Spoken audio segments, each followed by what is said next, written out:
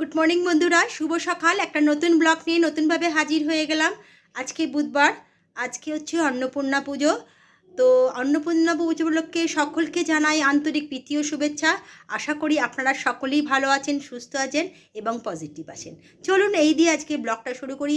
সকালবেলা একটি পড়ানো হয়ে গেছে, এবার যাচ্ছি আবার বাইরে আছে আমার ব্যাচ, সেটাকে পড়িয়ে আসি, এসে আপনাদের সঙ্গে কথা হবে। বন্ধুরা, দুপুরের খাবার লাঞ্চ রেডি করে ফেলেছি। ওর বাবা তাড়াতাড়ি বেরিয়ে যাবে। ভাত করেছি একটু বিশেষ কাজে, চাটনি করেছি, টক ডাল করেছি, ও একটা মাছ ঝাল করেছি। আমাদের মাছ ভাজা আমার, আর একটুখানি তো ছিল ডাঁটা দিয়ে আলু বড়ির তরকারিটা একটু করে দিয়েছি। আর হচ্ছে এঁচোড়ের কুচি কুচি এঁচোড়ের ডালনা, এটা দিয়ে আজকে দুপুরে লাঞ্চ। কেননা যা গরম পড়েছে, বেশি কিছু রিচ করছি না, টক ডাল ওই জন্য করেছি, চাটনিটাও করেছি। এই দিয়ে ওর বাবার আশা করি হয়ে যাবে। তারপর আমাদের মাছ ভাজবো। আমার ছেলে সকালে বেরিয়ে গেছে, ওর খেলা আছে। এই যে লাইটটা দেখছেন, এটা যে তোলা পটকে জেলেপাড়ায় বাসন্তী পূজার লাইট। সবচেয়ে বড় চূড়ার মধ্যে সবচেয়ে বড় একটাই পুজো হয়, আরও ছোটো ছোটো হয়তো হয়, কিন্তু জেলেপাড়ায় সবচেয়ে বড় পুজোটা হয় প্রতি বছর। খুব দুর্গা পুজোর মতো জাঁকজমক করে হয়। তাই আমি প্রথমে লাইটটা দেখানোর চেষ্টা করছি। 5 দিন ধরে পুজোটা হয়। কালকে দশমী, আজকে নবমী, ষষ্ঠী, সপ্তমী, অষ্টমী। একদিনে এখনও যেতে পারিনি, আজকে নবমীর দিন গেছিলাম। সুন্দর লাইট করে, লাইট লাগানো সারা রাস্তায়, সুন্দর লাইট। এটা ঢোকার এন্ট্রেন্সেই প্রথমে একটা গণেশ ঠাকুরকে দেখিয়েছে লাইটিং, খুব ভালো লাগলো, তাই একটু আপনাদের দেখালাম। এবার চলে এলাম একদম বাসন্তী পুজো মানে মা দুর্গার সামনে। কি সুন্দর দেখতে মা দুর্গাটা, না দেখলে বিশ্বাস করতে পারতাম না হয়তো। এত সুন্দর মা দুর্গার মুখটা দেখে একদম আমার দুর্গা পুজোর কথা মনে পড়ে যাচ্ছে। চারিদিকে লক্ষ্মী, গণেশ, সরস্বতী এবং অসুর সবাইকে দর্শন করলাম। এত সুন্দর ঠাকুরটা এর আগে আমি এরকম কোনো দিন দেখিনি, এত ভালো। আজকে একটু ভিড়টা কমই ছিল, কারণ একটু বাদেই আর সন্ধ্যা আরতি হবে, তারপর এখানে প্রসাদ বিতরণ হবে বলেও অ্যানাউন্স করছিল। তো বেশ ভাল লাগলো, ঠাকুরটাকে দেখছিলাম। নিচে ছোটো ঠাকুরটা পুজো হয়েছে, ওপরে সবচেয়ে বড় ঠাকুর। চারিদিকে একদম জাঁকজমক ব্যবস্থা, দেখতেই পাচ্ছেন। ঠাকুরটাকে আমি ভালো করে দেখানোর চেষ্টা করেছি। এত সুন্দর ঠাকুরের সাজ, না দেখলে বিশ্বাসই করা যায় না। একদিকে রয়েছে মা শারদা আর রামকৃষ্ণদেব, এদিকেটা সারা বছরই থাকে মন্দিরটার মধ্যে। শারদামণিকেও মালা পরানো হচ্ছে, রামকৃষ্ণকেও মালা পরানো হচ্ছে। ঠিক মা দুর্গার অপোজিটে বিবেকানন্দ আছে, সেটাও আমি দেখাচ্ছি আস্তে আস্তে। কিন্তু মা দুর্গাকে বারবারই দেখাচ্ছিলাম যে এত ভালো লাগছিল। এই যে বিবেকানন্দ অপোজিটে দেখতেই পাচ্ছেন। আর মন্দিরটাকে দারুণ সুন্দরভাবে সাজানো হয়েছে। আর এত সুন্দর মা দুর্গার মুখটা যে বিশ্বাসই করা যাচ্ছিল না, এত সুন্দর দেখতে। দেখুন কি সুন্দর, একদম সোনার সাজে সাজানো। ওপরে কিন্তু শিব ঠাকুর রয়েছে, সেটাও দেখলাম। হ্যাঁ, প্রতিবারে আমাদের যখন দুর্গাপুজো হয়, প্রত্যেক মণ্ডপেই দেখবেন যে মা দুর্গার মাথার ওপরে কিংবা পেছন দিকে শিব ঠাকুরের একটা ছবি থাকেই। তো এখানেও তার ব্যতিক্রম হয়নি। এই যে চারিপাশে দেখছেন প্রচুর লোক তাদের নিজেদের মতন যে যার মতন খাচ্ছে। ছোট্ট করে একটা মা দুর্গার পাশে এখানে ঢাক বাজানোর একদম প্রস্তুতি চলছে, কারণ একটু বাড়ি সন্ধ্যা আরতি হবে। চারিদিকে লোকারণ্য, লোক বসে আছে সন্ধ্যা আরতি দেখার জন্য। আমি চারিপাশটা একটু ঘুরে দেখালাম যাতে আপনাদের দেখাই। ছোট্ট ছোট্ট কয়েকটা দোকানও বসেছে, খাবার দোকান তো আছেই, তার সঙ্গে গয়নাগাঠি, ছোট ছোট খেলনার দোকান, কাপ ডিশের দোকান দু একটা বসেছে। আর এখানে যারা পুজো দিয়েছিল তাদের স্লিপ সমেত প্রসাদটা নিয়ে যেতে পারা যায়। বেশ ভালো লাগছিল দেখতে। দুর্গাপুজোর মতন সবাই এখানে বসে আছে সেজে গুজে। দুর্গাপুজোর কথা মনে পড়ে যাচ্ছে। আমাদেরও দুর্গাপুজোর 5 দিন খুব আনন্দ হয়।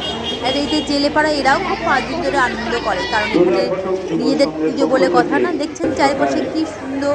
আবার ঠাকুরটাকে দেখালাম, কেন কি জানি এত ভালো লাগছিল ঠাকুরটাকে দেখে যে বারবার নিজেও দর্শন করছিলাম, আপনাদেরও দেখানোর চেষ্টা করলাম। দূর থেকে সবাইকে একসাথে নেওয়ার চেষ্টা করলাম। এইবার আস্তে আস্তে বেরিয়ে আসছি, তো চারপাশে বেশ কয়েকটা দোকান দেখতে পেলাম, সেগুলোকেও আপনাদের দেখানোর চেষ্টা করলাম। লোক তো ভিড় হয়েছেই, যেহেতু আজকে লাস্ট দিন, নবমী, কালকে দশমী এবং অ্যানাউন্স করছিল যারা যারা বর করতে আসবে তারপর আসবে। এইবার বেরিয়ে পড়লাম একটু একটু করে, কারণ বাড়ির দিকে রওনা হতে হবে। এই যে দেখছেন লাইটিংটা, একটা এখানে কিন্তু রয়েছে, এই যে পাশে একটা রাম হয়েছে, আজকে তো রামনবমী, তাই এখানে রাস্তার মধ্যে একটা ঠাকুরও যাচ্ছিল, আমি সেটাকেও দেখানোর চেষ্টা করলাম। আজকে বেশ কিছু ঠাকুর বিসর্জন যাচ্ছে রামনবমীতে। তো এখানে একটা রামের মূর্তি করেছে এবং ভালো পাশে ডিজে বাজছিল, আর রামের ফটোটা দেখে সত্যি ভালো লাগছিল। এখানে আজকে রামনবমীতে রামের পুজো হয়েছে। এর পাশে আমাদের রামনবমীর মন্দির আছে। এই যে আমি ঢুকছি এবার, এটা রামনবমী তলায়। এখানে প্রতিবারেই, এটা হচ্ছে আমাদের আখন বাজারে, প্রতিবারেই মন্দিরটা থাকে, কিন্তু আজকের দিনে ছোট্ট করে মেলা বসে আর পুজো হয়। তো আমি প্রতিবারেই যাই, আজ এবারেও তার ব্যতিক্রম হয়নি। তবে আপনাদের দেখানোর চেষ্টা করছি, আজকেও বেশ ভিড়, মন্দিরটা সুন্দরভাবে লাইট দিয়ে সাজানো হয়েছে। তবে হ্যাঁ, আশেপাশে দোকানও আছে, দু একটা দোকান। মেলা মানে পুজো মানে আশেপাশে ছোটো কয়েকটা মেলা বসে। এখানে জায়গাটা একটু ছোটো তো, তাই খুব একটা বড় মেলা হয় না। এই যে ভেতরে একটু একটু করে যাচ্ছি, ঢোকার মুখেই যেগুলো দেখাচ্ছি, প্রথমে হচ্ছে হনুমানজির এখানে মূর্তিটা দেখানোর জন্য চেষ্টা করেছি। সবাই এখানে সন্ধ্যায় বাতি দিয়েছে, পুজো করছে, আর পাশেই কিন্তু হনুমানজির মূর্তিটা রয়েছে। ওপরে চারিদিকে শুধু ছোট ছোট ঠাকুর রয়েছে, সেগুলো আমি দেখানোর চেষ্টা করলাম। এখানে সবাই প্রদীপ দিয়েছে, কেউ মোমবাতি জ্বেলেছে, খুব সুন্দর দেখতে লাগছে। এই যে হনুমানজিকে দেখানো যাচ্ছে, নিচেও একটা হনুমানজি রয়েছে, সবাই কিন্তু মোমবাতি জ্বালছে।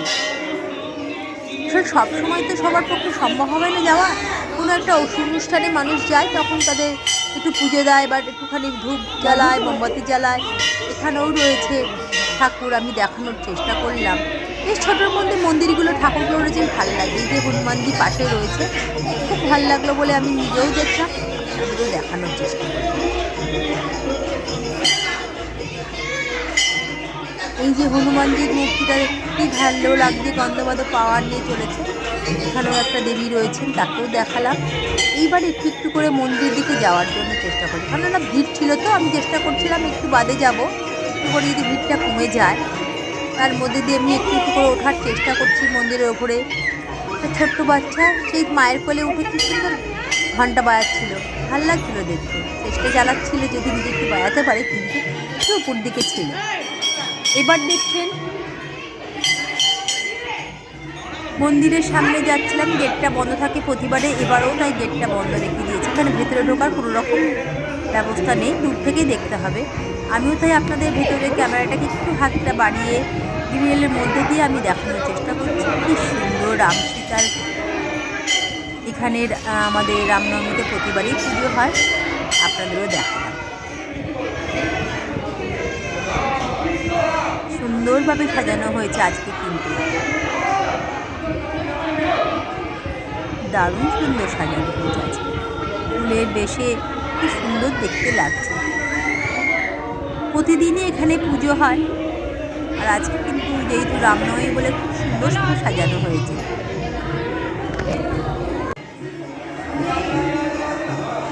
দূর থেকে মন্দিরটা দেখালাম, বেশ ভিড়ও হয়েছে, চারিদিকে সুন্দরভাবে সাজানো। কিন্তু এবার একটা কি বলে অন্নপূর্ণা ঠাকুর বসান যাচ্ছিল, তো সেটা ফেরার মতো দেখতে পেলাম বলে আপনাদেরও দেখালাম। খুব সুন্দর, সামনে একটা মেয়ে খুব সুন্দর নাচছিল, তার বাবা ওদের বাড়ির পুজো মনে হয়, আমার দেখে মনে হলো বাড়ির পুজো। গঙ্গার দিকে রওনা হচ্ছে প্রসাদ দেওয়ার জন্য। সুন্দর লাইটিংও করেছিল।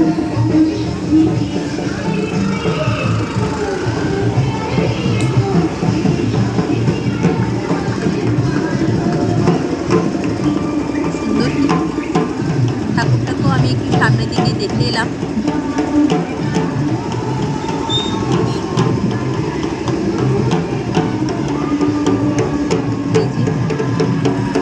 শিব পার্বতী, খুব ভালো লাগলো দেখতে। এরপর বেশ কয়েকটা ঠাকুর দেখছিলাম ভাসান যাচ্ছে, বেশ লাইটিং করে করে সবাই নিয়ে যাচ্ছে ভাসানের দিকে, গঙ্গায় ভাসান দেওয়ার জন্যই নিয়ে যাচ্ছে। আসলে এটা তো 3 মাথা মোড়, ফুলপাতির সামনেটা, তাই একটুখানি দাঁড়িয়ে গেছে, কেন যেহেতু জ্যাম হয়ে গেছে জায়গাটা।